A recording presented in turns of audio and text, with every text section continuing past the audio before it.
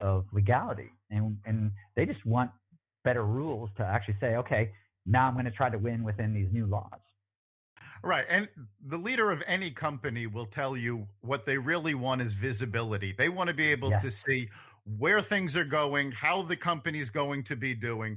And when there are no rules in a certain area, that visibility is gone, because a rule can be tossed in arbitrarily. And now they're all of a sudden, oh, we've been violating this for 10 years. Mm-hmm.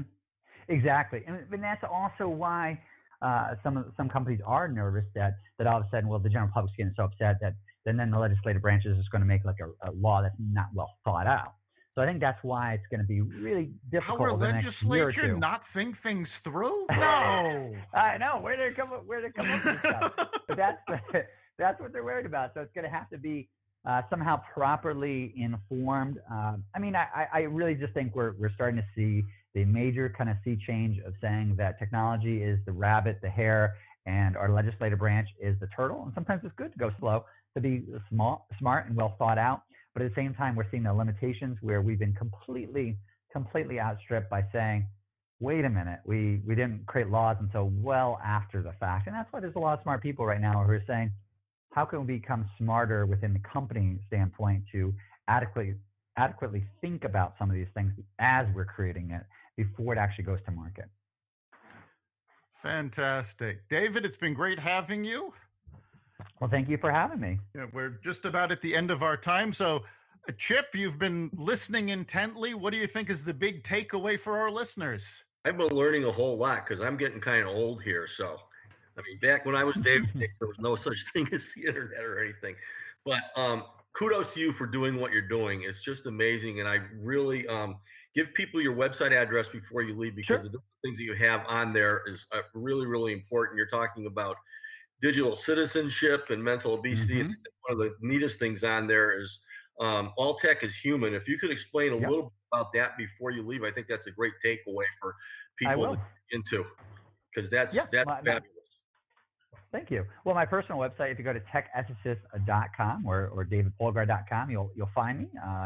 But I also have a website and organization called All Tech is Human. If you go to alltechishuman.com, All Tech is Human, what we do is we unite technologists and organizational leaders and policymakers, college students, academics, designers, advocates, and others who are looking to help co-create a more thoughtful future towards technology.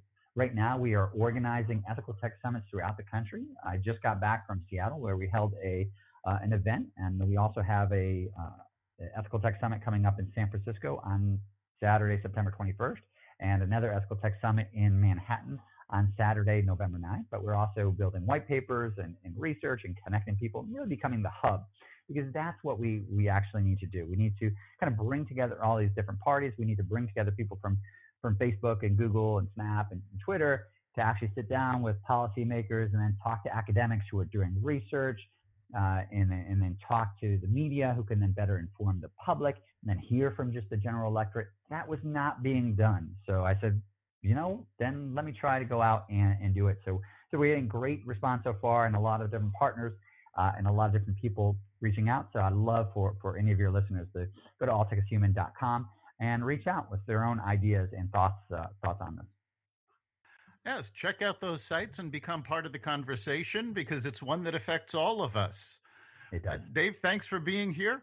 You've been listening to the Success Showcase. You can catch us every week at xvadio.com/podcasts. You can also find us on the iTunes Store, the Apple Podcasts app, iHeartRadio, Spotify, and wherever you find podcasts. Remember, make this your best week ever and make next week even better. See you again.